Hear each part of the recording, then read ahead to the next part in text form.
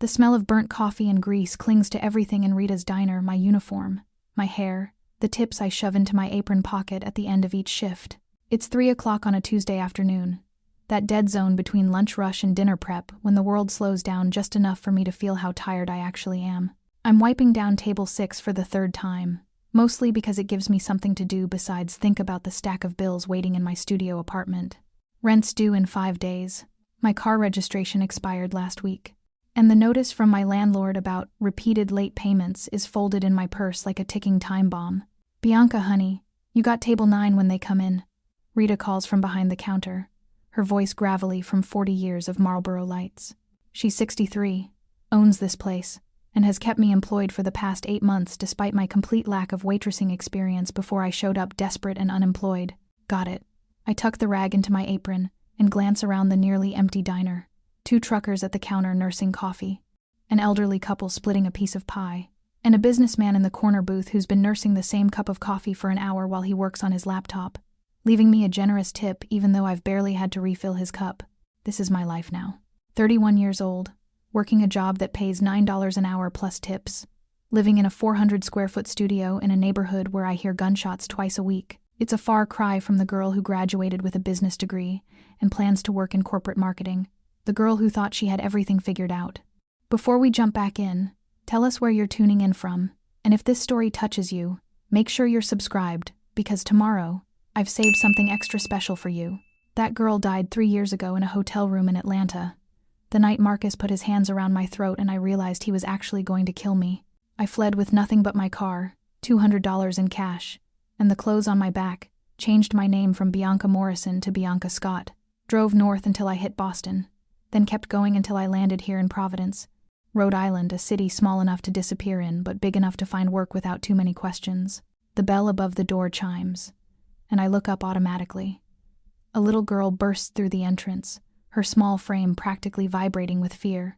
She can't be more than 6 years old, with light brown curls escaping from a ponytail and enormous hazel eyes that are currently scanning the diner like she's searching for somewhere to hide. She's wearing a pink dress with white flowers, knee socks that have slipped down to her ankles, and sneakers that light up when she moves. There's a small backpack shaped like a unicorn clutched in her hands. Behind her, the door opens again. A man steps in, and everything about him screams wrong. He's maybe 40, wearing an expensive suit that doesn't match the aggressive energy rolling off him in waves. His face is flushed, his jaw tight, and when his eyes lock on the little girl, I see something that makes my blood run cold. Rage, possession, control. I know that look. I've seen it before, in Marcus's eyes, right before things got bad. "Alexa, get over here right now." The man's voice is low but carries across the diner with unmistakable threat. "We're leaving." The little girl Alexa shakes her head violently, backing away from him. Her eyes are filling with tears, and her whole body is trembling. She looks around the diner desperately, and her gaze lands on me. In that split second, I see everything in her expression: terror, pleading, the desperate hope that someone, anyone, will help her. I said, "Now, Alexa." The man takes a step toward her, and she bolts, straight to me. She crashes into my legs, her small arms wrapping around my waist with surprising strength. I can feel her shaking, can hear the gasped breaths that are trying very hard not to become sobs. "Please," she whispers against my uniform, her voice so quiet I almost miss it. "Don't let him take me. Please, please don't let him take me." My hands move automatically, settling on her shoulders in what I hope is a protective gesture. I look down at this terrified child clinging to me like I'm her only hope, and every instinct I have, instincts I didn't even know I possessed, roars to life. The man reaches us, and up close he's even more intimidating. 6 feet tall, expensive cologne barely masking the smell of alcohol, and eyes that are cold despite the flush of anger in his cheeks. I apologize for my daughter. His smile doesn't reach his eyes. "She's being dramatic. Come on, Alexa. Your mother's waiting in the car." "No, she's not." Alexa's voice is muffled against my uniform, but the words are clear. "You're lying. Mommy's gone, and you're trying to take me somewhere bad." The man's facade cracks slightly. His hand shoots out toward Alexa's arm, and I move without thinking. I shift my body, putting myself between them, my hand raised in an automatic gesture of stop. "Sir, maybe we should all take a breath here." My voice comes out steadier than I feel. She seems pretty scared. This is a family matter." His tone has gone from falsely pleasant to openly hostile. "It's none of your concern. When a child is screaming not to be taken, it becomes everyone's concern." I keep my voice calm, aware that the truckers at the counter have turned to watch, that Rita has appeared from the kitchen with her phone in hand. "Are you calling me a liar?" The man's face darkens. "That's my daughter. I have every right to take her home." "Then you won't mind waiting for the police to verify that." Rita's voice cuts through the tension. She's holding her phone up meaningfully. "I've already dialed 911. They're very interested in situations involving scared children." The man's jaw clenches so hard I can hear his teeth grind. He looks at Alexa, still clinging to me, then at Rita with her phone, then at the truckers who've both stood up from their stools with expressions that suggest they'd be happy to make this a physical problem if needed. "This isn't over," he says finally, his eyes boring into mine with promise of retribution. "You have no idea what you're interfering with." He turns and strides out of the diner, the door slamming behind him hard enough to rattle the windows. Through the glass, I watch him climb into a black Mercedes and peel out of the parking lot with squealing tires. The silence he leaves behind is deafening. Slowly, I become aware of the little girl still wrapped around my waist, her breathing ragged and her whole body shaking with the aftermath of terror. I crouch down to her level, my hands gentle on her shoulders. "Hey, sweetheart, he's gone now. You're safe." I keep my voice soft, the same tone I might use with a frightened animal. "Can you look at me?" Alexa lifts her face, and my heart breaks at the tear tracks on her cheeks, at the fear still swimming in those hazel eyes. But there's something else there too, a desperate, fragile trust that I've somehow earned by simply standing between her and danger. "What's your name?" I ask, even though I already know. "Alexa Scott." Her voice is small and watery. "I'm 6 years old. That man was trying to take me, and I don't know where my mommy is, and I'm really, really scared." Rita appears beside us with a glass of water and a concerned expression. "Police are on their way. Should be here in about 5 minutes. 5 minutes, I nod, keeping my attention on Alexa. "Okay, Alexa. My name is Bianca. You're going to stay right here with me until the police come, and we're going to figure out what's going on. Can you tell me about your mommy?" "What's her name?" "Sarah Scott." Alexa accepts the water Rita offers, her hands shaking as she takes a small sip. "She dropped me at school this morning, but she didn't pick me up. The school called someone, and that man came instead. He said mommy was sick, and he was taking me to see her, but I heard him on the phone. He was lying." Ice slides down my spine. A 6-year-old girl, mother missing, strange man trying to take her from school. This isn't a custody dispute. This is something much worse. "You were very brave to run away from him," I tell her, smoothing a curl back from her face. "And very smart to ask for help. My mommy says there are good people and bad people, and you have to trust your feelings about which is which." Alexa's bottom lip trembles. "He felt bad. Really, really bad. But you feel good." The simple faith in those words nearly undoes me. This child, terrified and alone, has placed her safety in my hands, based on nothing but instinct. The weight of that trust is enormous. Rita brings over a piece of chocolate cake without being asked, setting it on the nearest table. "On the house, honey. You've had a scary day." Alexa looks at the cake, then up at me, silently asking permission. I nod, and she climbs into the booth, her small hands picking up the fork with automatic politeness despite everything she's been through. I slide into the booth across from her, watching her take tiny, mechanical bites. She's in shock, I realize. The adrenaline is fading, and the reality of her situation is starting to sink in. "Alexa, do you know the man who tried to take you? Have you seen him before?" She shakes her head. "Never. But he knew my name. And he knew about mommy." Her eyes fill with fresh tears. "Where is my mommy? Why didn't she pick me up?" "I don't know, sweetheart. But the police are going to help us find out." I reach across the table and take her free hand, giving it a gentle squeeze. "I promise you, I'm not going to let anything happen to you. It's a promise I have no business making. I'm nobody, just a waitress with her own problems, barely keeping my own life together. But looking at this terrified little girl, I know with absolute certainty that I'll do whatever it takes to keep her safe, even if it means putting myself at risk again, even if it means facing down men who remind me too much of Marcus." The door chimes again, and we both tense. But it's not the man in the expensive suit. It's 2 Providence police officers, a woman in her 40s and a younger man, both with expressions of professional concern. "We got a call about a possible attempted abduction?" The female officer approaches our booth, her eyes taking in Alexa's tear-stained face and the way she's gripping my hand. "I'm Officer Martinez, and this is Officer Chen. Can you tell us what happened?" Section 2. The Fateful Encounter. The police interview takes 45 minutes, conducted in Rita's office behind the kitchen, while Alexa stays glued to my side. Officer Martinez is patient and thorough, asking Alexa gentle questions while Officer Chen takes notes and makes phone calls. The story that emerges is chilling. Sarah Scott, Alexa's mother, works as a paralegal at a law firm downtown.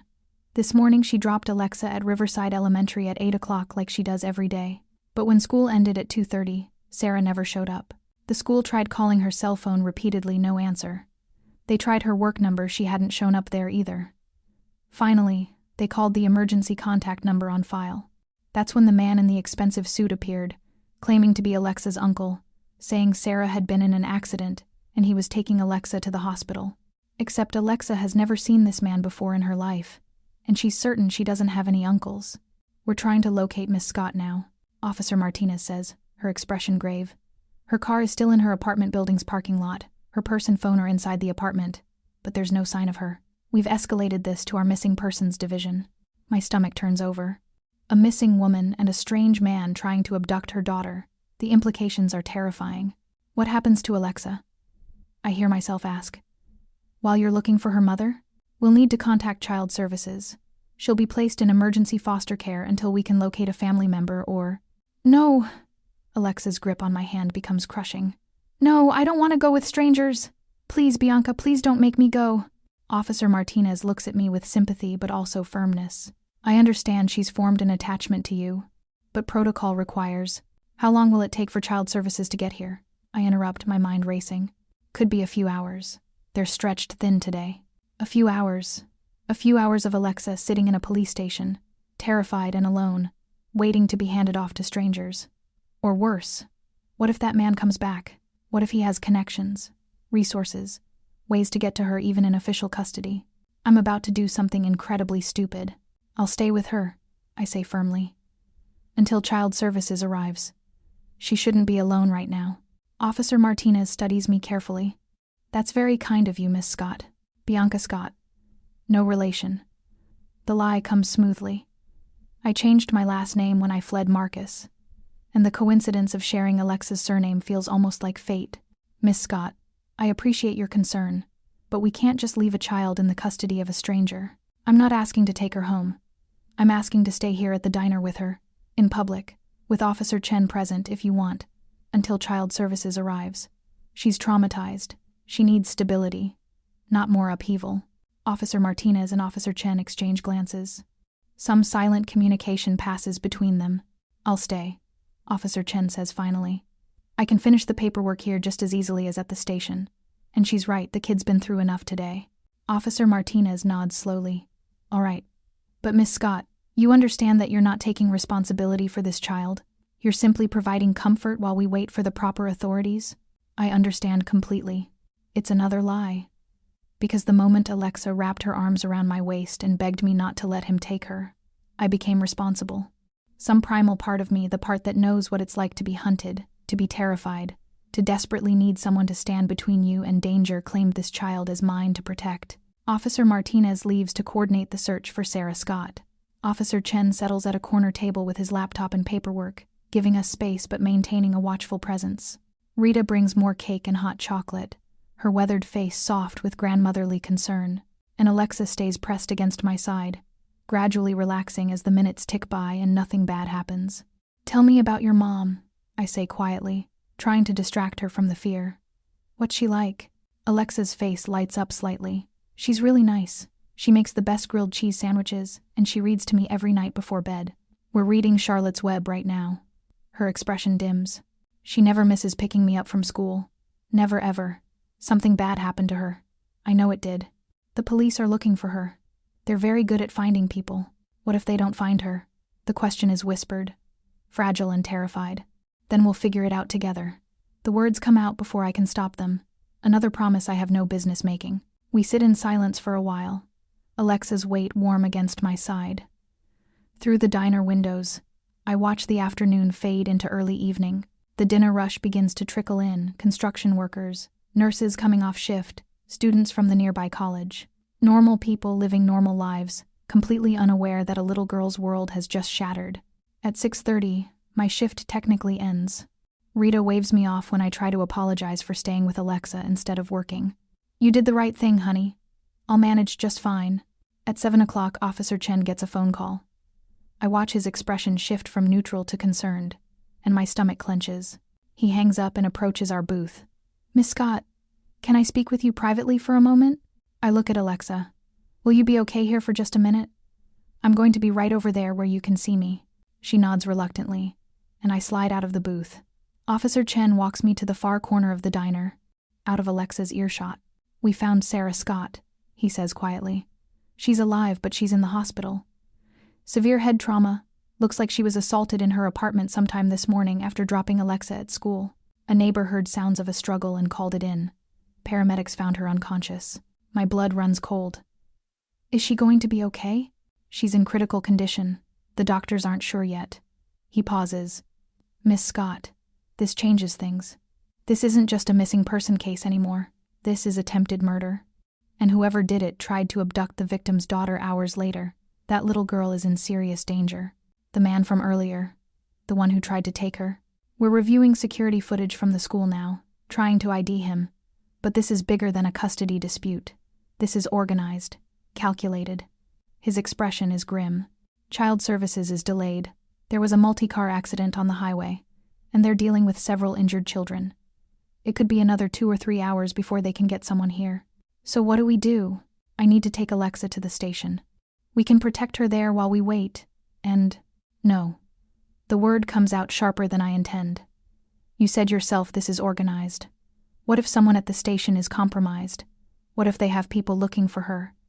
"Miss Scott, I understand your concern, but I'll take her." The decision crystallizes as I say it. "To my apartment, just for tonight. Give child services time to get their act together. Give you time to identify the suspect and make sure she'll be safe. I'll keep her out of sight, and you can post an officer outside if you want supervision." Officer Chen stares at me like I've lost my mind. "I can't authorize that. You're a civilian with no connection to this child. I'm the person she trusts. I'm the person she begged to protect her. And right now, in this moment, I'm her best option." I cross my arms, channeling every ounce of stubborn determination I possess. "You want to rip her away from the one stable thing she's had in the worst day of her life and stick her in a police station for 3 hours? Be my guest. But I'm telling you, that child has been traumatized enough." We stare at each other. I can see him weighing options, considering protocols, trying to find a solution that doesn't violate department policy while also acknowledging that I'm right. "If I do this," he says slowly, "and that's a massive if I need your information. ID, address, employment history, everything. I need to run a background check right now. And if anything comes back questionable, this conversation is over." My heart sinks. A background check will show that Bianca Scott has only existed for 3 years. That before that, there's nothing.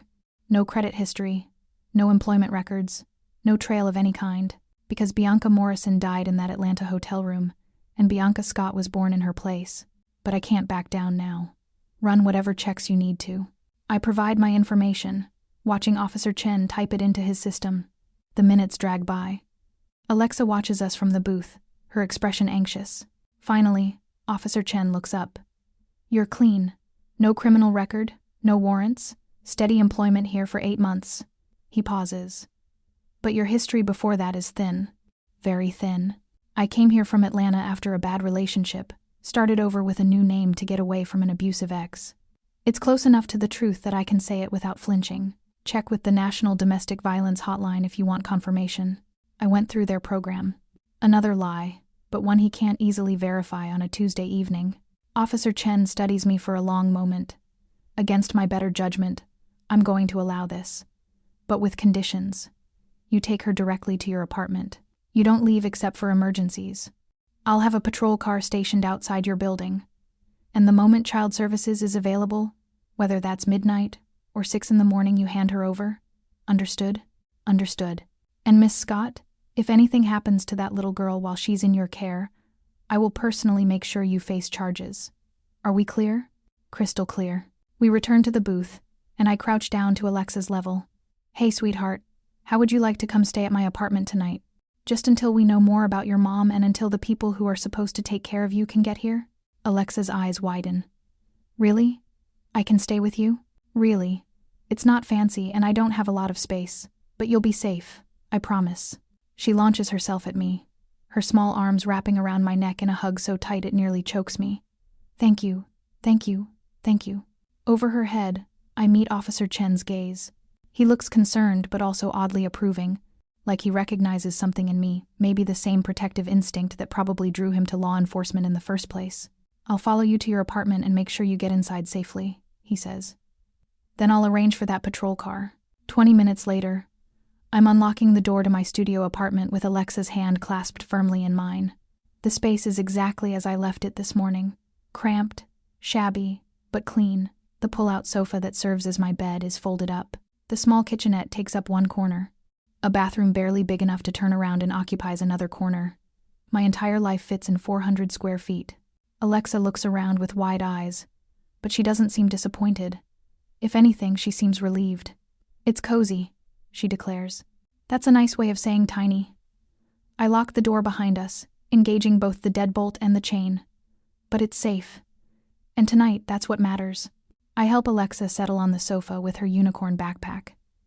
Inside, we find a change of clothes, a worn stuffed rabbit, and a framed photo of a woman with Alexa's same hazel eyes and light brown hair.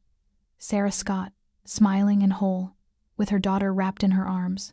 Looking at that photo, seeing the love captured there, I feel the full weight of what I've taken on. This isn't just protecting a scared child for a few hours.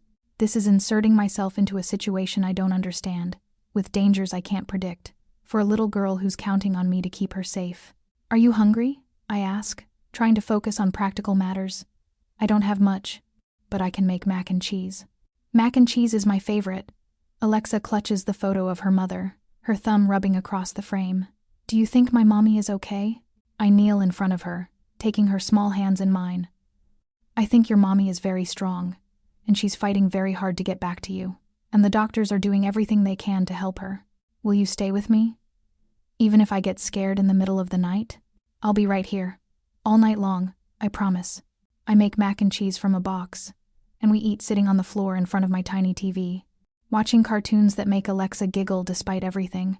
I find an old t-shirt she can use as a pajama, help her brush her teeth with a spare toothbrush, and tuck her into my bed with her stuffed rabbit. "Bianca?" Her voice is small in the darkness.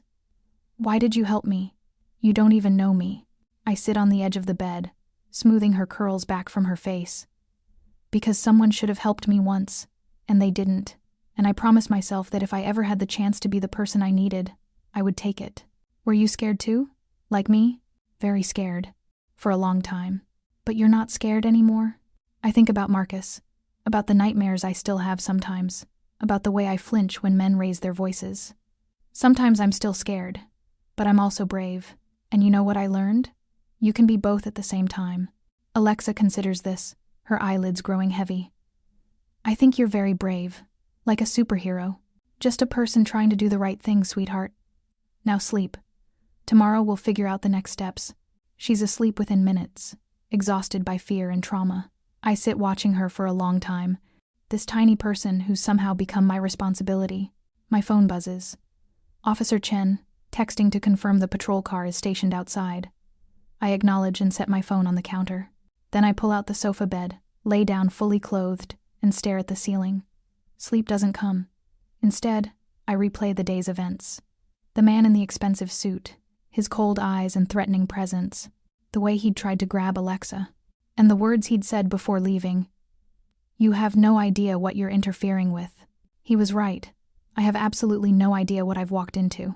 But as I listen to Alexa's soft breathing in the darkness, I know with absolute certainty that I'm not backing down. Whatever comes next, police investigations, child services, even the dangerous man who wants this little girl, I'll face it. Because for the first time in 3 years, I'm not running away from something. I'm standing my ground for someone who needs me, and that makes all the difference. Section 3. The recognition. The sound of my phone ringing shatters the fragile peace of early morning. I jolt awake, disoriented, my heart hammering as instinct screams danger before conscious thought catches up. It's 6:15 in the morning. Pale sunlight filters through the thin curtains of my studio apartment. Alexa is still asleep in my bed, curled around her stuffed rabbit. The phone rings again. Officer Chen's number. Hello? My voice is rough with too little sleep. Miss Scott, I need you to listen carefully. Officer Chen's tone is urgent, professional. We've identified the man who tried to abduct Alexa yesterday. His name is Vincent Caruso. He's connected to organized crime in Providence, specifically. He works enforcement for the Moretti family. My blood turns to ice. The Moretti family. Even I, a relative newcomer to Providence, have heard whispers about them. They control everything from construction to waste management to half the restaurants in the city. And if the rumors are true, they control much darker things as well. Why would the mob want a 6-year-old girl? That's what we're trying to figure out. Sarah Scott's employer, the law firm she works for, has represented several clients in cases against Moretti business interests. We think Sarah may have stumbled onto something, some evidence or information they want buried. When they couldn't get to her directly, they went after her daughter as leverage. The implications make me feel sick, so Alexa is in even more danger than we thought. Significantly more. Which is why Child Services is coming to pick her up within the hour. We're placing her in protective custody at a secure location while we investigate. I need you to... A sound outside my door makes me freeze. Footsteps in the hallway, too heavy to be my elderly neighbor, Mrs. Chen, who lives across the hall. Someone's outside my apartment, I whisper. My free hand reaching automatically for the baseball bat I keep beside the sofa bed. The patrol car is still there. Let me check with them. I hear Officer Chen speaking to someone else, his voice tense. Then he's back on the line. Bianca, the patrol car reports no activity. You're probably just hearing another resident. But my instincts, the ones that kept me alive when Marcus was hunting me, are screaming otherwise. I move silently to the door and peer through the peephole. The hallway appears empty. Then a man steps into view. Not Vincent Caruso. This man is younger, maybe mid-30s, wearing dark jeans and a leather jacket. He's looking at apartment numbers, and when his gaze lands on my door, something in his expression shifts. He raises his hand and knocks. 3 sharp raps that sound like a death knell. Bianca Scott? I need to speak with you. It's about the child you're harboring. I press my back against the door, my heart racing. Alexa stirs in the bed, her eyes opening sleepily. Officer Chen, there's a man outside my door. He knows my name. He knows about Alexa. My voice is barely above a whisper. Do not open that door. I'm sending units now. Stay on the line with me. The man knocks again, harder this time. Miss Scott, I understand you're frightened, but I'm not here to hurt anyone. I'm here to help. My name is Marcus Donovan. I'm private security, and I've been hired to protect Alexa Scott. The name stops me cold. Marcus. Different last name, different person, but the name alone sends panic clawing up my throat. I don't believe you. I call through the door, surprised my voice doesn't shake. The police are on their way. I know they are. That's fine. I'll wait for them. But Miss Scott, you need to understand something. Vincent Caruso isn't working alone. The Moretti family has resources you can't imagine. They have people in the police department, in child services, in every organization that's supposed to protect that little girl. The only reason she's still alive is because they haven't located her yet. How do I know you're not one of them? You don't. But you'll figure it out soon enough when my employer arrives. Who's your employer? There's a pause. Then, William Cross. And he's very interested in meeting the woman who saved his daughter's life. The words hit like a physical blow. William Cross. Will Cross. The name that appears in news articles about charitable donations and waterfront development projects. The name whispered in diners and bars as belonging to the most powerful and dangerous man in Providence. The Mafia boss who runs this city from the shadows. And according to this man, Alexa is his daughter. My mind reels, trying to process this information. Alexa's mother is Sarah Scott, a paralegal. There's been no mention of a father. No indication that the little girl sleeping in my bed is connected to organized crime, unless Sarah Scott was running from something, or someone. Bianca? Alexa's voice, small and frightened. What's happening? I turn to see her sitting up in bed, clutching her rabbit, her eyes wide with renewed fear. In that moment, I make a decision. Officer Chen, how far away are your units? 3 minutes. Tell them to hurry. I end the call and move to Alexa, kneeling beside the bed. Sweetheart, I need you to listen to me very carefully. There's a man outside who says he's here to protect you. He says your daddy sent him. Alexa's face scrunches in confusion. I don't have a daddy. It's just me and Mommy. The door handle jiggles. Not aggressively, just testing. Miss Scott, I'm going to show you my credentials through the mail slot. Please look at them. You'll see I'm legitimate. A manila envelope slides under the door. With shaking hands, I retrieve it and pull out its contents. A private security license registered to Marcus Donovan, a letter on expensive letterhead from Cross Security Solutions, and a photograph. It's Alexa, maybe 2 or 3 years old, sitting on a man's shoulders. The man is tall, dark-haired, with the kind of face that would be handsome if it weren't so hard. He's smiling in the photo, actually smiling, and there's so much love in his expression as he looks up at the little girl that it makes my chest ache. I turn the photo over. Written on the back in neat handwriting, Alexa, age 3, Brookside Park.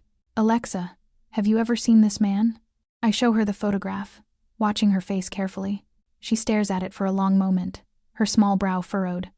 I think maybe. There was a man who used to come visit when I was little. Before we moved, Mommy said he was a friend. But then we moved away and I never saw him again. Did your mommy ever talk about him? Sometimes she cries and looks at pictures, she says. Alexa's voice drops to a whisper, like she's sharing a secret. She says some people are too dangerous to love, even when you want to. The pieces begin to fall into place. Sarah Scott, involved with William Cross, getting pregnant, realizing the danger of raising a child in that world, running, hiding, building a new life where organized crime couldn't touch her daughter. Until yesterday, when somehow it all fell apart. Sirens wail in the distance. Growing closer, the man outside my door, Marcus Donovan, speaks again. The police are almost here. That's good. Let them verify my credentials. But Miss Scott, I need you to understand something. Those patrol cars outside? One of those officers is on the Moretti payroll. He's been reporting your location since last night. That's how we found you. And that's how they'll find you too, if you trust the wrong people. The sirens are screaming now. Multiple vehicles converging on my building. I hear running footsteps, shouted commands, the organized chaos of law enforcement responding to a threat. My door shudders under someone's fist. Providence PD, open up. I recognize Officer Chen's voice. With Alexa pressed against my side, I unlock the door. The hallway is a controlled riot. 4 uniformed officers, weapons drawn, have Marcus Donovan face down on the floor, with his hands cuffed behind his back. Officer Chen stands to one side, his expression grim. Are you all right? Is the child safe? We're fine. He didn't try to force his way in. He just talked. I gesture at the envelope in my hand. He claims to work for William Cross. He says Alexa is Cross's daughter. Officer Chen's expression shifts to something I can't quite read. Surprise? Concern? Fear? Let me see those credentials. I hand over the envelope. Officer Chen examines everything carefully, while 2 officers haul Marcus Donovan to his feet. The security professional doesn't resist, doesn't protest. He simply stands there with an expression of patient resignation, like he's been through this before. The credentials are legitimate, Officer Chen says finally. Marcus Donovan is a licensed security professional. He does work for Cross Security Solutions, which is owned by William Cross. I finish. I gathered that. Miss Scott, we need to move you and the child to a secure location. Now, if what Donovan says is true about compromised officers, it is true. Marcus Donovan's voice is calm despite his uncomfortable position. Officer Bradley in the patrol car outside has been texting Vincent Caruso, updates every 30 minutes. Check his phone if you don't believe me. Officer Chen's jaw tightens. He gestures to 2 of the other officers. Bradley, bring him up here. Confiscate his phone. There's a tense 5 minutes while we wait. Alexa has pressed herself against my legs again, trembling. I keep one hand on her shoulder, the other still gripping the baseball bat like it could actually protect us from what's coming. Officer Bradley is brought up in handcuffs, his face flushed with anger and humiliation. Officer Chen scrolls through the confiscated phone, his expression growing darker with each message he reads. Son of a bitch, he mutters. It's all here. Times, locations, descriptions. He looks at me with something approaching desperation. Miss Scott, I need you to trust me right now. You and Alexa need to leave with my people. We'll take you somewhere the Morettis can't reach. With respect, officer, Marcus Donovan interjects. They can reach everywhere your department can protect. They have too many people on the inside. But they don't have people inside Will Cross's organization. Let me take them to my employer. He can keep them safe. You're asking me to hand over a witness and a child to a known criminal. I'm asking you to choose between a compromised system and a man who has a personal stake in keeping that little girl alive. Marcus meets Officer Chen's eyes steadily. Will Cross hasn't seen his daughter in 3 years. Sarah Scott ran because she thought she was protecting Alexa from the life. But yesterday's attack proved that the danger found them anyway. Now Will wants to do what Sarah should have let him do from the beginning, actually protect his child. Officer Chen looks at me. Miss Scott, this isn't your decision to make. Alexa is a minor, and I'm the only person she trusts right now.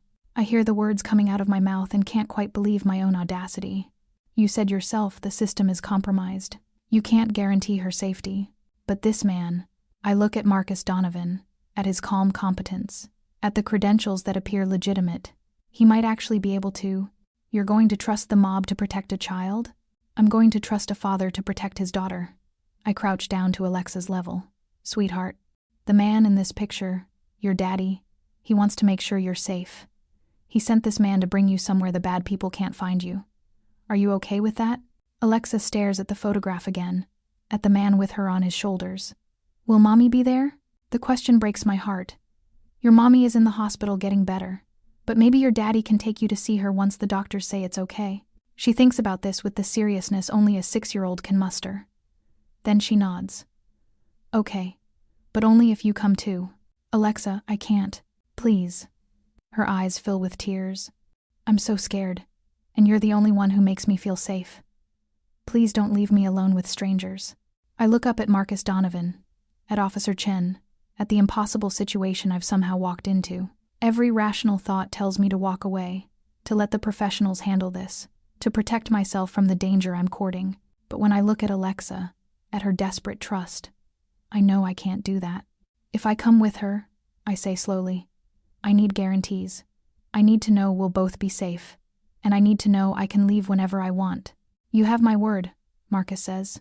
Will Cross doesn't hurt innocent people, and he sure as hell doesn't harm anyone who protects his daughter.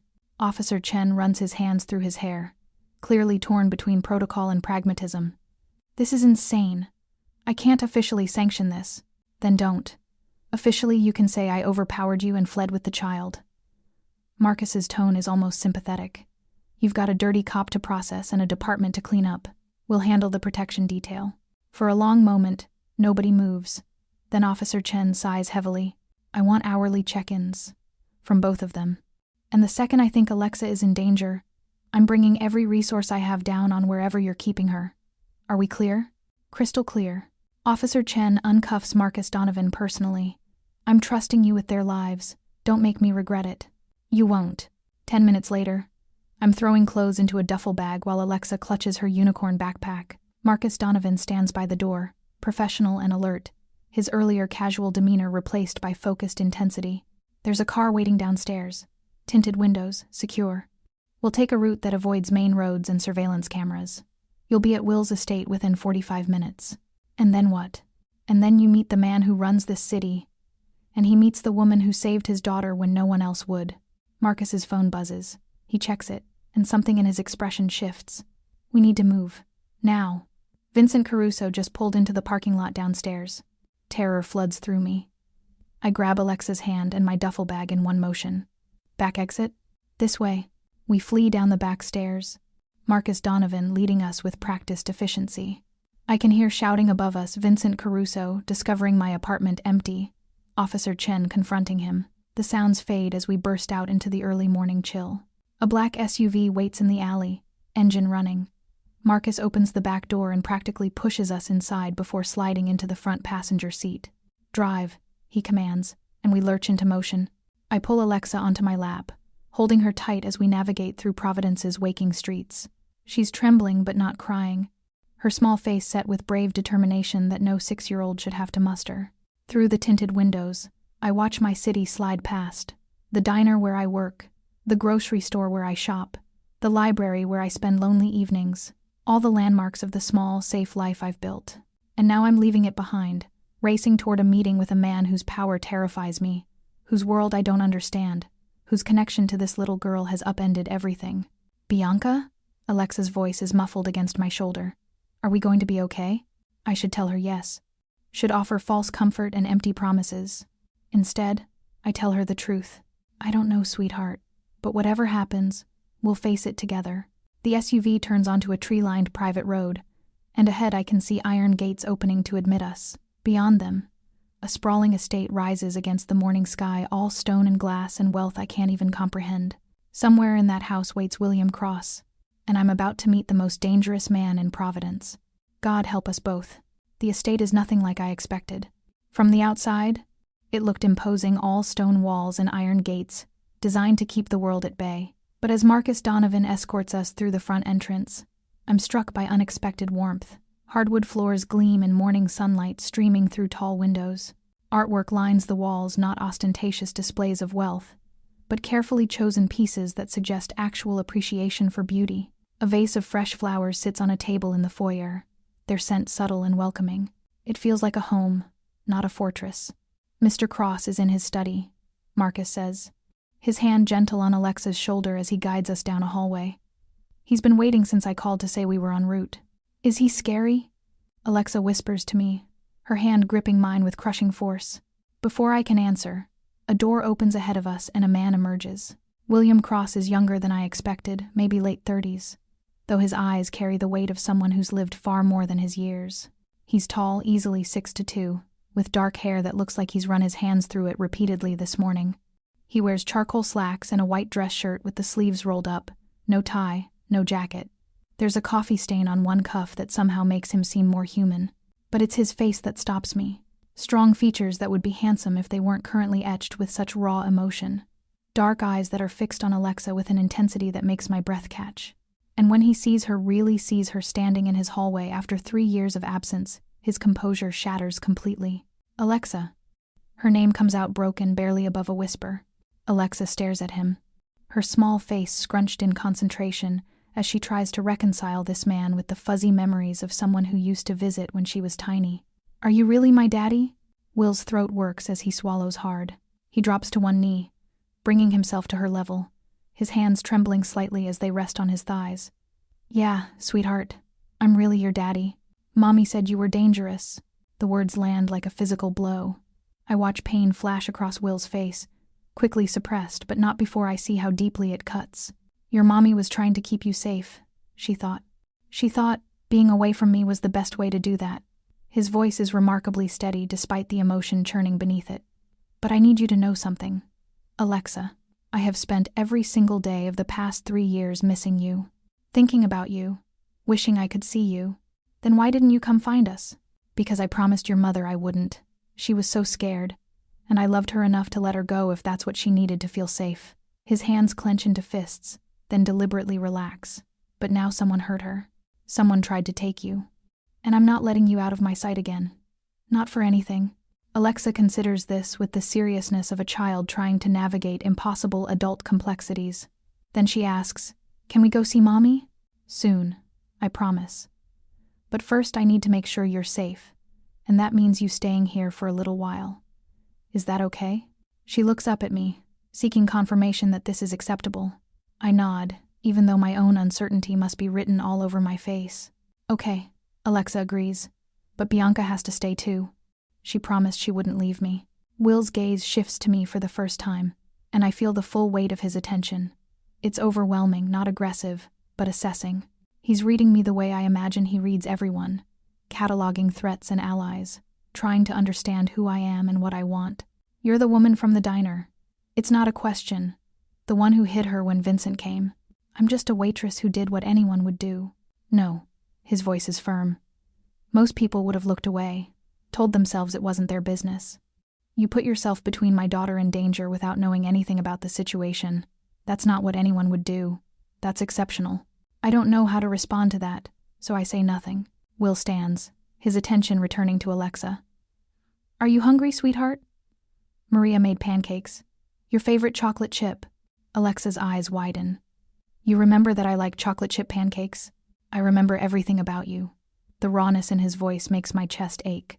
Come on, kitchen's this way. He leads us through the house, Marcus following at a discreet distance. The kitchen is massive, all marble counters and stainless steel appliances, but somehow still manages to feel warm. A woman in her 50s stands at the stove, and she turns when we enter, her face lighting up with genuine joy. Dios mío, is this our Alexa? Look how big you've gotten. Maria helped take care of you when you were a baby, Will explains as Maria hurries over, her hands clasped together like she wants to hug Alexa but is restraining herself. She's been asking about you every day for 3 years. Every single day, Maria confirms, her eyes suspiciously bright. And now you're home where you belong. Come, sit. I'll make you the best pancakes you've ever had. Within minutes, Alexa is settled at the kitchen island with a plate of pancakes drowning in syrup, chattering to Maria about her stuffed rabbit and her favorite cartoons. The normalcy of it, the domestic comfort, is so at odds with the danger we fled that it makes my head spin. Will touches my elbow gently. Can we talk? Privately? I look at Alexa, unwilling to leave her even for a moment. Marcus will stay with her, Will says, reading my hesitation. And Maria, she's safe here. I promise. Reluctantly, I follow him back to the study. It's a beautiful room, floor to ceiling, bookshelves, a massive desk positioned near windows, overlooking gardens, leather furniture that looks both expensive and comfortable. He gestures to one of the chairs, and I sit, my spine rigid with tension. Will settles into the chair across from me, leaning forward with his elbows on his knees. Up close, I can see the exhaustion etched into his features, the shadow of stubble on his jaw, the worry lines around his eyes. I need to understand what happened yesterday. Everything. From the moment Vincent walked into that diner, so I tell him. About Alexa bursting through the door, terrified. About Vincent's attempt to take her. About her screaming, "Don't let him take me," and wrapping herself around my legs. About Officer Chen's investigation and my decision to keep her with me overnight. Will listens without interrupting, his expression growing darker with each detail. You kept her at your apartment, with a compromised patrol car outside. I didn't know it was compromised, but you suspected something was wrong. You felt it. He studies my face intently. You have good instincts. What made you agree to come here with Marcus instead of staying with the police? I think about how to answer that. Alexa trusted you. The photo. The way she remembered you even though she was so young when you left, it felt real. And Officer Chen couldn't guarantee her safety. You can. Can I? The question is bitter, self-directed. I couldn't keep Sarah safe. Couldn't prevent her from being beaten so badly she's in a coma. Couldn't stop Vincent from getting close enough to my daughter to terrify her. That's not your fault. Sarah chose to leave. Chose to hide. Because she was right to be afraid. Will stands abruptly, moving to the windows, his shoulders tight with tension. I built an empire in this city, Bianca. I control businesses, politicians, law enforcement. I'm powerful enough that most people don't dare cross me. But that power comes with enemies, dangerous people who'd hurt a child to get to me. Sarah understood that. She took Alexa and ran because she knew being with me was a death sentence. And yet here Alexa is, in more danger than she ever was with you. He turns to face me, and I see something raw and vulnerable beneath the controlled facade. The Morettas came after Sarah because of a case she was working. Her law firm represented a witness who was going to testify against several Moretti operations. Sarah was the paralegal who compiled the evidence, who organized the documentation that would have destroyed them. They tried to intimidate her into making it disappear. When that didn't work, they decided to eliminate her and use Alexa as leverage against anyone else who might have copies of that evidence.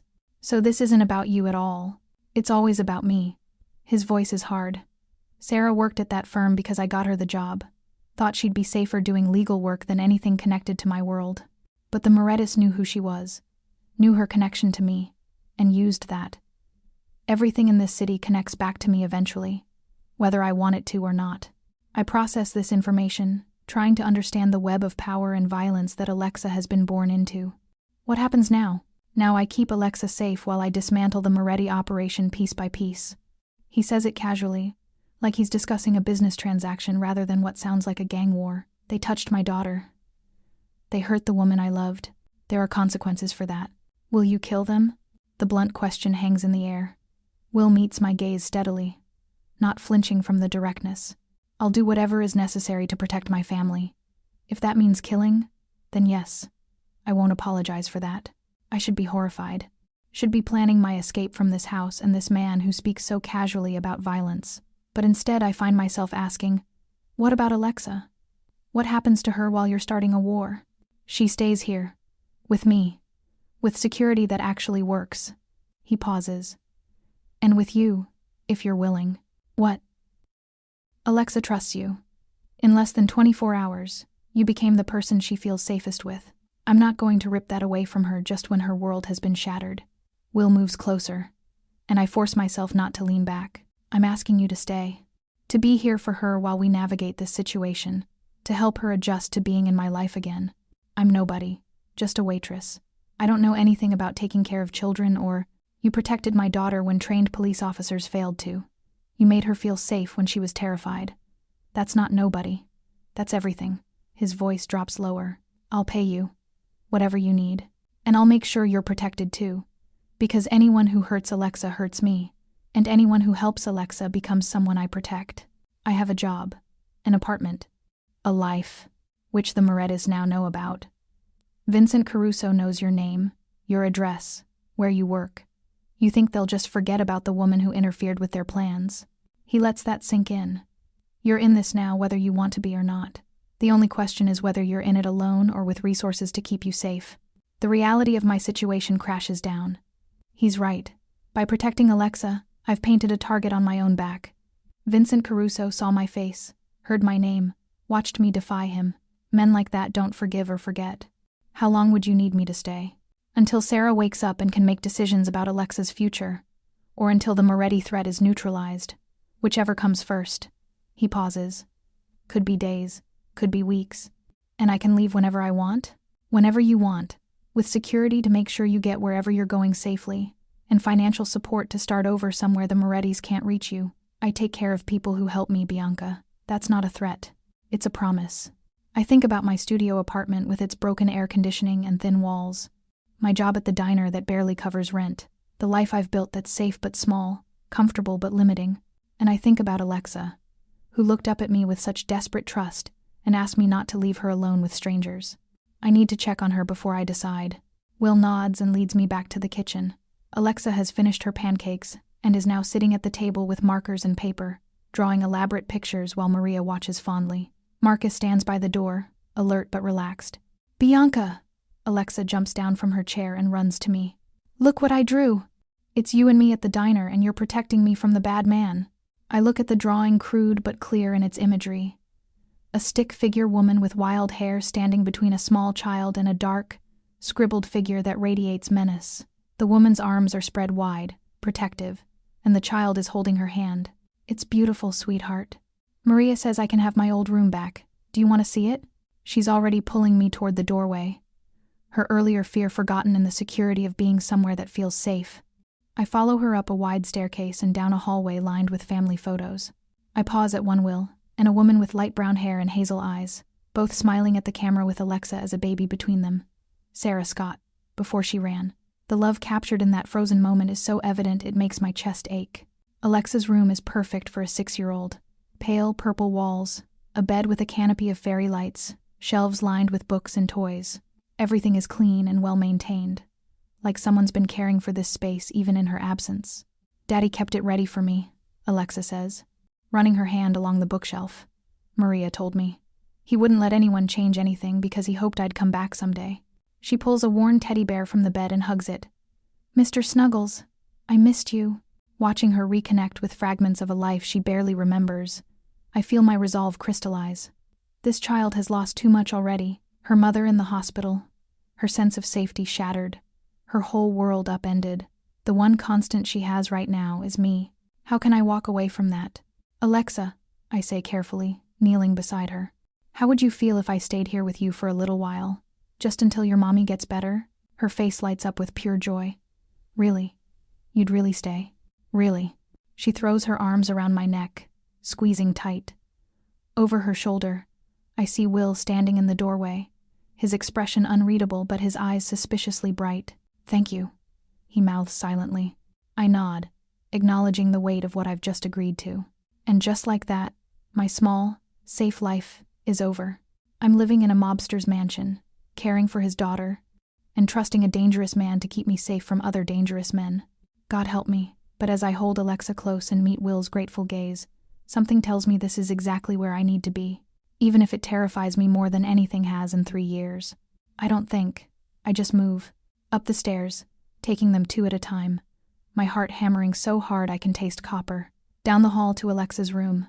She's still sleeping, her stuffed rabbit clutched to her chest, completely unaware of the danger approaching. Alexa. I shake her shoulder gently but urgently. Sweetheart, wake up. We need to go. Her eyes flutter open, confused and drowsy. Bianca, what's wrong? Remember what your daddy said about the safe room? I'm already scooping her up, grabbing her rabbit and the blanket from her bed. We need to go there right now. The sleep clears from her eyes instantly, replaced by fear. She's learned too well in her short life what danger sounds like. Is the bad man here? I'm not going to let him hurt you. I promise. I carry her into the hallway just as I hear raised voices downstairs. The security guard, demanding identification. Vincent Caruso's smooth response, too muffled to make out words. Then gunshots. 3 rapid cracks that sound impossibly loud, even muted by distance. Alexa screams and buries her face in my neck. I run for the basement stairs, my bare feet slapping against hardwood. Will told me the code. 74926. My daughter's birthday, he'd said, his voice soft with pain and love. We reach the basement. It's unfinished, all concrete and exposed beams and shadows. In the far corner, barely visible, is a steel door set into the wall. I punch in the code with shaking fingers. The first time, nothing happens. Wrong number somewhere. Footsteps above us, heavy boots on the stairs. I try again. 74926. The lock disengages with a heavy clunk. I yank the door open and push Alexa inside. The safe room is maybe 8 feet by 10 feet, with reinforced walls, a single light fixture, bottles of water, and a phone mounted on the wall. Stay here, I tell Alexa, setting her down. Don't open this door for anyone except me or your daddy. Do you understand? Don't leave me. She grabs my shirt with both hands. Please, Bianca, don't leave me alone. I have to lock it from the outside.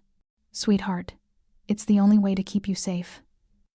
I pry her fingers loose as gently as I can, my heart breaking at her terrified expression. I'm going to be right outside. I won't let anyone get to you. Promise? I promise. I close the door and hear the lock engage automatically. Through the steel, I can hear Alexa crying, and it takes everything in me not to open it again. The footsteps are closer now, descending the basement stairs. I look around frantically for a weapon. There a piece of lumber leaning against the wall. I grab it, the wood rough against my palms, and position myself between the stairs and the safe room door. Vincent Caruso appears at the bottom of the stairs, gun in hand. He's alone, which surprises me. Behind him, I can hear more voices upstairs, his people securing the house. Miss Scott. He sounds almost pleasant, like we're meeting at a dinner party. I thought you might run down here. Will mentioned his safe room to you, didn't he? Where is the girl? Not here. The lie comes smoothly despite my terror. Please. I heard her crying. He moves closer, and I raise the lumber like a baseball bat. Don't be stupid. You can't fight me. You're just a waitress playing protector. I'm the person standing between you and that child. That makes me a lot more than a waitress. He laughs, but there's no humor in it. You know what I like about you? You've got spirit. Will always did have a type stubborn women who don't know when to quit. Sarah was the same way. Look where it got her. You put her in the hospital. I did what was necessary. She had information that could destroy my family's business. She refused to be reasonable. He gestures with the gun, casual and threatening. Now you can be reasonable, or you can end up like her. Give me the girl, and you walk away from this alive. No. No? He seems genuinely puzzled. You barely know her. She's not your daughter. Why die for someone else's kid? Because someone should have protected me when I needed it, and no one did. I'm not letting that happen to her. Something shifts in his expression. For just a moment, I see him actually consider my words. Then he shakes his head. Noble, stupid, but noble. He raises the gun. I swing the lumber with everything I have. He dodges, but not quite fast enough. The wood connects with his shoulder, and he grunts in pain. The gun discharges, deafeningly loud in the enclosed space. The bullet goes wide, hitting the concrete wall and sending chips flying. I swing again. This time he catches the lumber, yanking it from my hands and tossing it aside. His fist catches me across the face, and I go down hard, tasting blood. Enough games. He stands over me, gun pointed at my chest. Last chance. The girl, or you die. She's not in there. I spit blood, buying time I don't have. Will moved her as soon as you contacted him. She's already gone. Doubt flickers across his face. You're lying. Check if you want. But that safe room's empty. You came here for nothing. He moves toward the door, and I tense. If he gets it open, if he sees Alexa, the sound of tires on gravel outside, car doors slamming, shouted commands. Vincent's head snaps toward the stairs. Shit. He looks at me, at the safe room door, calculating odds. Then he runs for the stairs, taking them 2 at a time. I hear gunfire upstairs. More shouting. The organized chaos of what sounds like a tactical assault. Then Will's voice, loud and commanding. Secure the perimeter. I want every exit covered. Will! I try to shout, but my voice comes out weak. I try again, louder. Will! We're in the basement. Footsteps thunder down the stairs. Will appears. Marcus right behind him, both armed and looking like avenging angels. Will's eyes find me on the floor, and his face goes white. Bianca. He's beside me in an instant, hands gentle as they check for injuries. Are you hurt? Did he? I'm okay. Alexa's in the safe room. She's safe. Relief crashes across his features so powerfully it's almost painful to witness. He turns to Marcus. Get Vincent. I don't care if you have to tear this city apart. Find him. Marcus nods and disappears up the stairs. Will punches in the code, and the safe room door swings open. Alexa is huddled in the corner, crying, but whole and unharmed. She sees Will and launches herself at him. Daddy!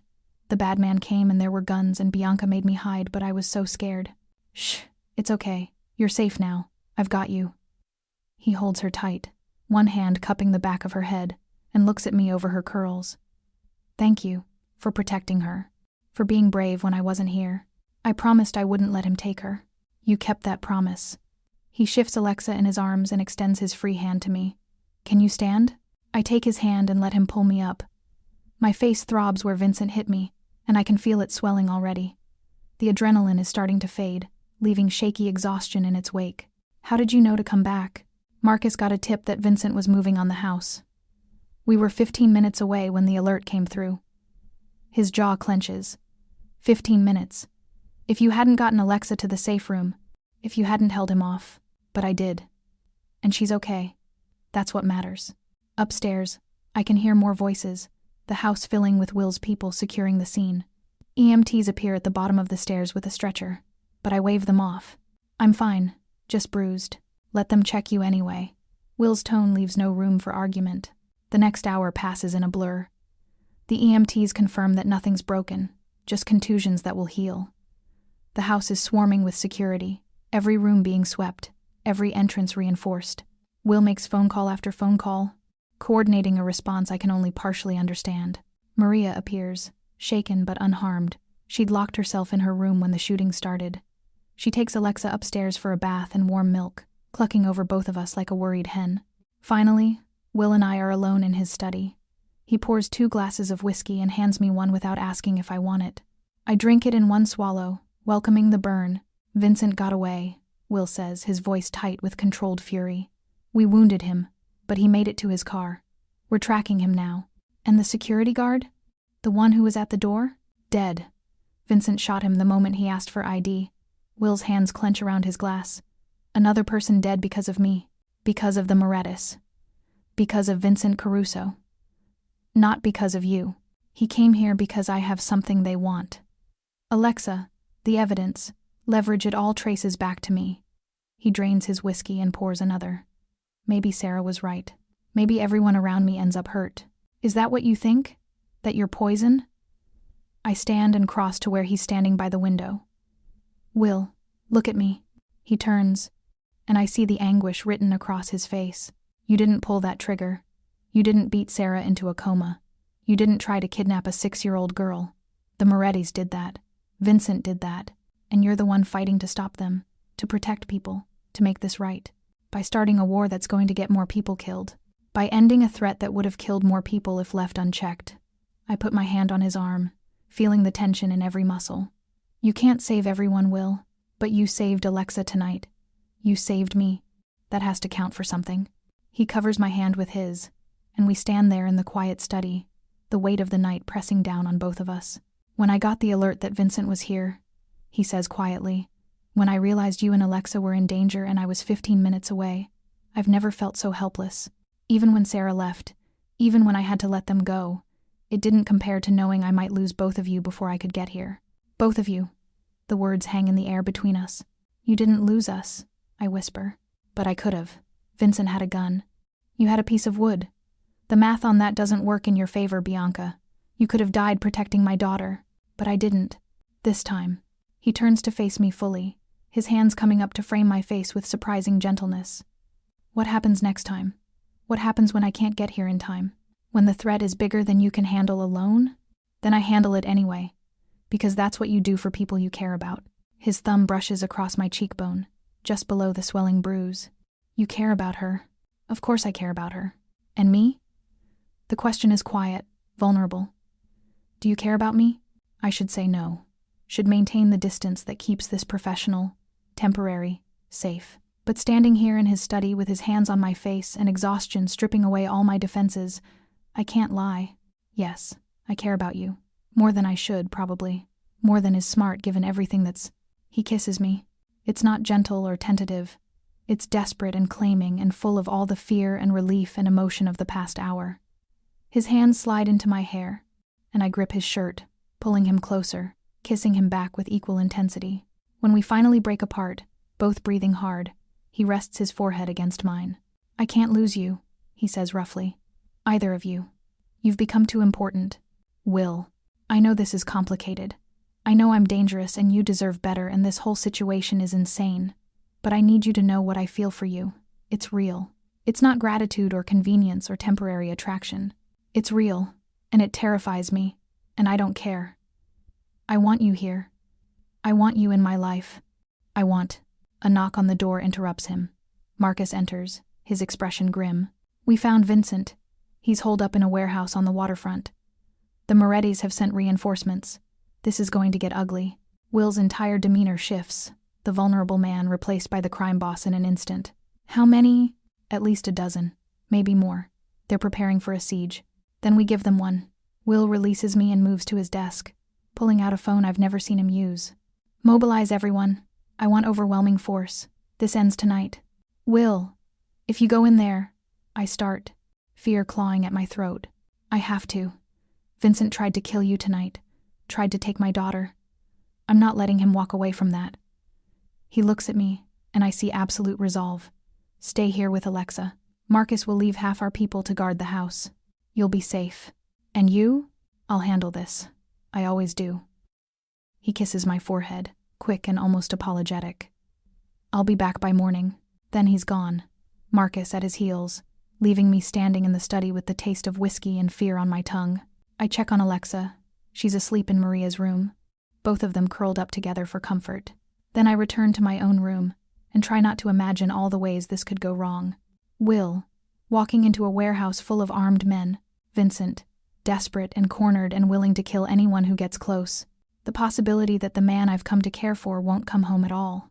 I lie awake all night, watching the clock, jumping at every sound, and praying to a God I'm not sure I believe in that Will Cross makes it back alive. Section 8. The Battle. Dawn breaks cold and gray, and Will still isn't home. I've been up since 3, unable to even pretend to sleep. Every time I close my eyes, I see Vincent Caruso pointing a gun at me, hear the deafening crack of gunfire in the basement, feel the impact of his fist across my face.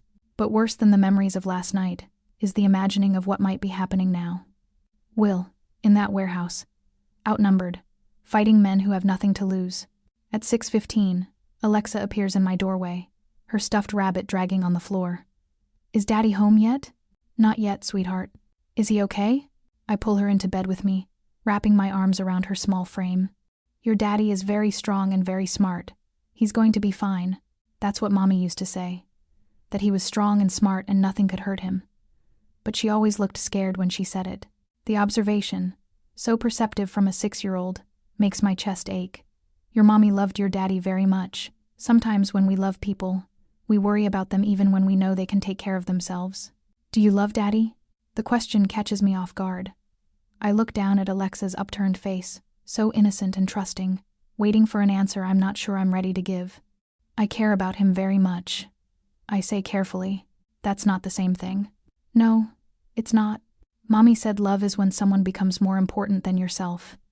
When you'd do anything to keep them safe, even if it's scary. Alexa snuggles closer. You tried to keep me safe even though the bad man had a gun. That means you love me, right? Tears prick my eyes. Yes, sweetheart, I love you. And you tried to keep Daddy safe too by protecting me. So you must love him. The logic is simple, childlike, and absolutely correct. Somewhere in the past week, Will Cross has become someone I'd fight for. Someone whose safety matters to me as much as my own. My phone rings. Marcus's number. I answer before the second ring. Is he okay? He's alive. Wounded, but alive. We're bringing him home now. Have Maria prepare the master bedroom. He's going to need stitches and rest. How bad? Gunshot wound to the shoulder. Some cuts and bruising. It could have been worse. Marcus's voice is grim. A lot worse.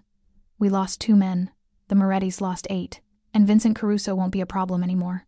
He's dead. Very. Will made sure of that personally. The confirmation should horrify me. Should make me question what kind of man I've fallen for. What kind of life I'm stepping into. Instead, all I feel is relief. The threat is gone. Alexa is safe. Will is coming home. How long until you're here? 20 minutes. I disconnect and look at Alexa. Your daddy's on his way home. He's hurt, but he's going to be okay. Can I see him? Let Maria and the doctors fix him up first. Then you can see him. I promise. Maria has already mobilized by the time I get downstairs, converting the master bedroom into a makeshift medical bay. A doctor I don't recognize arrives with a bag full of supplies, looking unsurprised to be making a house call at 6:30 in the morning to treat gunshot wounds. This is Dr. Reeves, Maria explains. He's been with the family for 20 years, very discreet. The front door opens, and Marcus enters supporting Will, who's conscious but pale, his left arm hanging uselessly at his side. His white shirt is soaked with blood, and there's a cut above his right eye that's still bleeding sluggishly. But he's alive, walking, whole enough to argue with Marcus about whether he needs help getting upstairs. I can walk on my own. You've lost a lot of blood. Stop being stubborn and let me help. Will's eyes find me standing in the foyer, and something in his expression softens. Bianca. I cross to him, my hands hovering uselessly, wanting to touch him but afraid of hurting him. You're okay. Told you I'd come back. He attempts a smile that turns into a wince as Marcus jostles his injured shoulder. Maybe not in the best shape, but back. Upstairs, Dr. Reeves commands, his tone brooking no argument. I need to assess the damage and get that bullet out before infection sets in. They disappear up the stairs, and I'm left standing in the foyer trying to process everything. Will is home, wounded but alive. Vincent is dead. The immediate threat is over. So why do I feel like I'm standing on the edge of a cliff? Maria touches my arm gently. He'll be fine. Will is tough. I've seen him survive much worse. How often does this happen? Him coming home shot and bleeding? Less often than you'd think. More often than anyone would like. She steers me toward the kitchen. Come, I'll make coffee. You look like you need it. I sit at the kitchen island while Maria works, my hands wrapped around a mug of coffee. I'm not drinking, my mind replaying the moment Will walked through that door. The relief I felt, the overwhelming need to go to him, the certainty that if something had happened to him, I would have broken in a way I'm not sure I'd recover from. When did this happen? When did Will Cross become someone I need? An hour later, Dr. Reeves emerges from upstairs and finds me still in the kitchen. The bullet went clean through, missed the major arteries. He'll need to keep the arm immobilized for a few days, and he'll have some pain, but he should heal fine. I've given him something for the pain, so he'll be groggy. Can I see him? He asked for you. Dr. Reeves smiles slightly. Several times, actually. Quite insistently. I climb the stairs and knock softly on the master bedroom door. Marcus opens it, nods to me, and leaves us alone. Will is propped up in bed, his shoulder heavily bandaged, his chest bare, except for the various cuts and bruises that mar his skin. He looks exhausted but alert, and when he sees me, a real smile crosses his face. There you are. I move to the bedside, perching carefully on the edge. How do you feel? Like I got shot and then beat up by several angry Italians. He reaches for my hand with his good arm. But I'm alive, and Vincent isn't. That's what matters.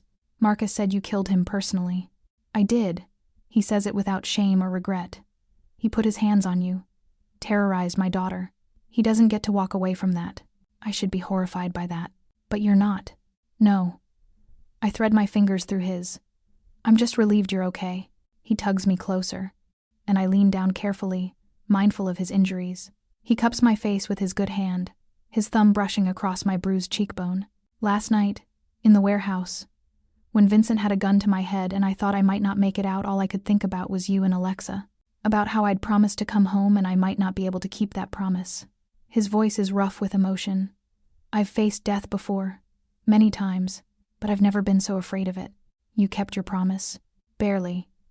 He pulls me down until our foreheads touch. Bianca, I need you to understand something. What I feel for you, it's not just attraction or gratitude or loneliness. I'm falling in love with you. Maybe I've been falling since the moment Marcus told me about the brave woman who hid my daughter in a diner. But last night made it impossible to deny. My breath catches. Will, I know the timing is terrible. I know I'm asking you to accept a life that includes violence and danger and moral ambiguity. I know I have no right to ask you for anything when you've already given so much. His hand tightens on mine. But I'm asking anyway. Stay with me. Not just for Alexa. For me. For us. Build something real here. I should say no. Should tell him this is moving too fast. That I need time. That I'm not ready to commit to a life I barely understand. But sitting here in the quiet bedroom, holding the hand of a man who went to war to protect what's his, who came home bleeding because he wouldn't let the people who hurt me walk away, who's looking at me like I'm something precious I can't find the words to refuse. I'm scared, I whisper. Of this, of you, of how much I already care. Good. I'm terrified too. We can be scared together. I lean down and kiss him, gentle because of his injuries but no less full of emotion. When I pull back, he's smiling. Is that a yes? It's a let me think about it while you recover. I'll take it. He shifts, wincing, and I help him settle more comfortably. Where's Alexa? I heard her asking about me. Downstairs with Maria. She wants to see you. Bring her up. I want her to see I'm okay. I fetch Alexa, who's been waiting anxiously in the kitchen. She runs to Will's bedside but stops short when she sees all the bandages. Daddy, you're hurt. Just a little bit. But I'm going to be fine. He opens his good arm. Come here, sweetheart. Alexa climbs carefully onto the bed, snuggling against his uninjured side.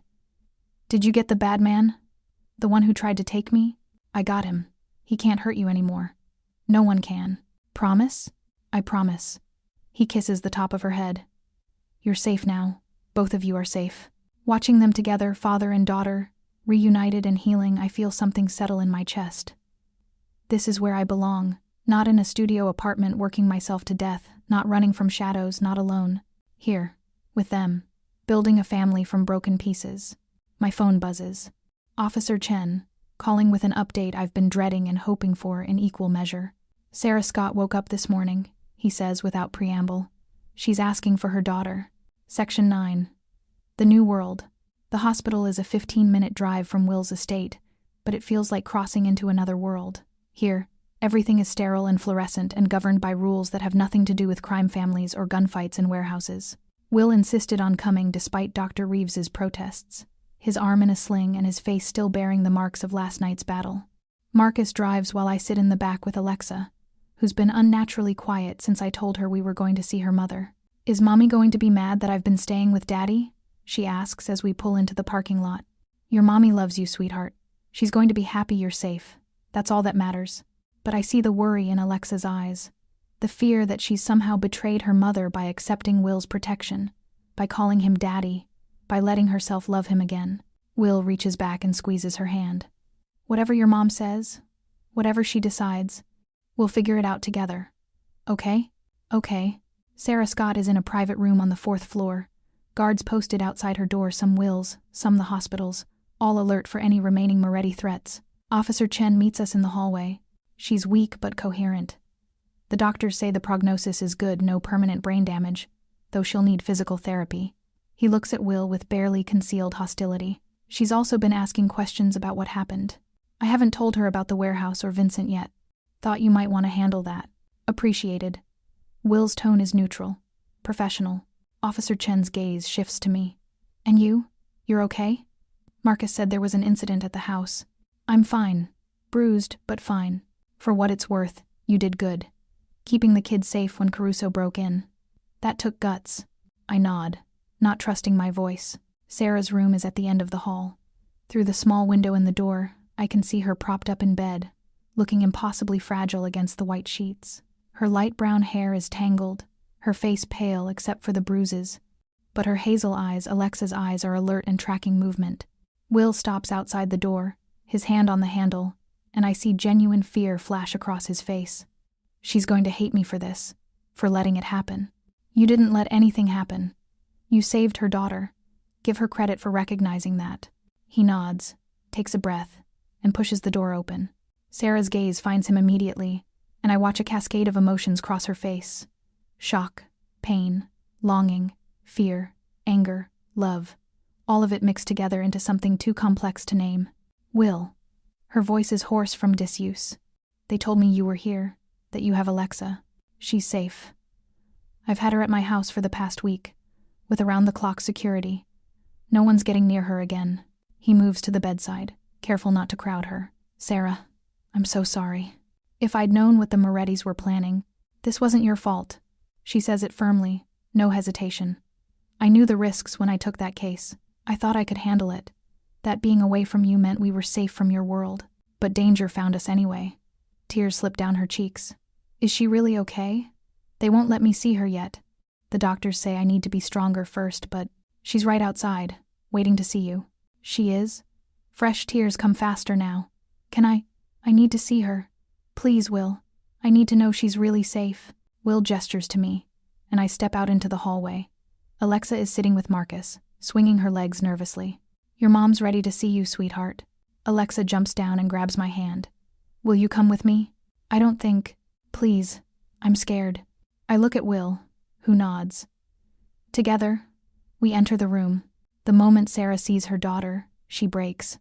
Sobs shake her whole body as she reaches out with trembling arms. Baby. Oh, my baby. Alexa runs to the bed, and I help her climb up carefully. Mother and daughter wrap around each other, crying, and I have to look away from the raw emotion. Will stands frozen, watching the reunion with an expression that breaks my heart. This is what he's wanted for 3 years, his daughter and the woman he loved, together and safe. But there's pain there, too. The knowledge that Sarah chose to leave him, that she thought he was too dangerous to build a life with. After several minutes, Sarah pulls back enough to look at Alexa. Let me see you. You've gotten so big. I'm 6.5 now. 6.5? My big girl. Sarah smooths Alexa's curls, her hands shaking. Were you scared? When that man came to get you from school? I was really scared, but Bianca saved me. Alexa looks at me. She hid me in the diner and told the bad man to go away. She was really brave. Sarah's gaze finds me for the first time. You're Bianca? The waitress? Yes, ma'am. Officer Chen told me what you did. How you protected Alexa when no one else would. Her voice breaks. Thank you. I don't have words for how grateful I am. I just did what needed to be done. You did more than that. You risked your life for a stranger's child. Sarah looks at Will, then back at me, and I see understanding dawn in her eyes. You're staying at Will's house. I've been helping with Alexa, making sure she's okay while you recover. She's living there, Will clarifies. Both of them are. Alexa asked her to stay, and I wasn't going to separate them when Alexa was already traumatized. Sarah processes this, her expression complicated. Alexa, honey, can you go with Marcus for a minute? The grown-ups need to talk. Alexa looks reluctant, but I nod encouragingly. We'll be right here, I promise. After Marcus leads Alexa out, Sarah turns to Will and me. I need to understand what's happening. The last thing I remember is someone breaking into my apartment. Then I wake up in the hospital and find out my daughter has been living with you for a week. She looks at me. With both of you. Will pulls up a chair and sits, his injured shoulder clearly bothering him. Vincent Caruso attacked you in your apartment, beat you badly enough to put you in a coma. Then he went to Alexa's school, tried to take her using your name as an excuse. Bianca hid her, kept her safe until I could arrange protection. The Morettis were using you and Alexa as leverage, trying to force me to bury the evidence in your case. And now? Now Vincent is dead. The Morettis are scattered. The threat is neutralized. He says it flatly, no emotion. Alexa is safe. Sarah is quiet for a long moment. You killed him, Vincent. Yes. Good. The word is fierce, no hesitation. He tried to take my baby. He deserves to be dead. The vehemence surprises me. This soft-spoken woman who ran away from Will's world is comfortable with violence when it protects her child. What happens now? Sarah asks. With Alexa? That's your decision, Will says carefully. You're her mother. You get to decide what's best for her. If you want to take her and disappear again, rebuild somewhere new, I won't stop you. I'll provide resources, security, whatever you need. And if I don't want to disappear, then we figure out a way to co-parent, to both be in her life. To give her the stability of having both parents, without asking you to live in a world that terrifies you. Sarah looks at me. And where do you fit in this? The question catches me off guard. I glance at Will, unsure how to answer. Bianca has become important to both Alexa and me, Will says quietly. She's not going anywhere unless she chooses to. You love him, Sarah says it to me. Not a question. I can see it in how you look at him. I could deny it. Should deny it. But Sarah Scott has been where I am falling for a dangerous man, trying to reconcile love with fear. Yes, I admit, I love him. And you know what he is? What his life entails? I know enough. Sarah laughs, but there's no humor in it. I thought I knew enough too. I thought I could handle it, but every day I woke up terrified that someone would hurt him, or hurt Alexa because of him, or drag us into violence we couldn't escape. That fear became bigger than the love. That's why I left. I'm not asking you to come back, Will interjects. I understand why you ran. I don't blame you for it. But you blame me for taking Alexa. No. I blame myself for being someone you had to run from. The raw honesty in his voice makes Sarah's eyes fill with tears. I loved you, Will, so much, but I was so scared all the time. And when I got pregnant, that fear became unbearable. I couldn't bring a child into a world where violence was always lurking. And yet violence found you anyway. Yes. She reaches out and takes Will's hand with her uninjured one. Maybe I was wrong. Maybe trying to protect her by running was the bigger danger. I don't know anymore. All I know is that she's safe now, and you're the one who made that happen. We made it happen. All of us. Will looks at me. Bianca most of all. Sarah studies us both for a long moment. Then she says, I want to try. To find a way for us all to be in Alexa's life. I don't know what that looks like yet. I'm not ready to move back into your world. And I don't know if I ever will be. But I also can't take her and run again. Not when she's finally got her father back. Not when she's clearly bonded with Bianca. What are you proposing? I need time to heal, physically and emotionally. While I'm recovering, can Alexa stay with you? With both of you? And when I'm ready, we figure out custody arrangements that work for everyone? Will's relief is palpable. Yes, absolutely. Stay as long as you need to get better. I'll make sure you have everything. I don't want your money, Will. Then take my help. Physical therapy, a safe place to recover, security so you don't have to be afraid. Let me do this much. Sarah hesitates, then nods. Okay, but I'm paying you back eventually. We'll argue about that later. A nurse knocks and enters, checking Sarah's vitals and politely suggesting we let her rest. We say our goodbyes, promising to bring Alexa back tomorrow. In the hallway, Will leans against the wall, exhaustion and relief warring on his face. I take his good hand, lacing our fingers together. That went better than I expected, I say. She didn't hate me. That's already better than I feared. He pulls me close, careful of his injured shoulder. Thank you for being there, for all of it. Where else would I be? He kisses me, soft and sweet, and full of promise. When we break apart, Alexa is watching us from where she sits with Marcus, a knowing smile on her face. You kissed Bianca. Does that mean she's going to be my new mommy? Will and I both freeze. I have no idea how to answer that. It means we care about each other, Will says carefully. Just like we both care about you. But you love each other, right? Like in the movies? Yes, sweetheart, like in the movies. Alexa grins. Good. I want Bianca to stay forever. Forever. The word should terrify me. Instead, it feels like coming home. 3 months later, life has settled into something that almost resembles normal. Sarah recovered enough to move into a townhouse Will owns, close enough to visit Alexa regularly but separate enough to maintain her independence. She and I have developed a cautious friendship, bonded by our shared love for Alexa and our complicated feelings about Will. Alexa splits her time between households but spends most nights at Will's estate, She calls Sarah mommy and Will daddy and has started calling me Bianca mom when she thinks I'm not paying attention. I quit my job at the diner. Will wanted to just give me money, but I insisted on working. Now I manage the charitable foundation Elena Cross runs, coordinating programs that help women fleeing domestic violence. The irony isn't lost on me.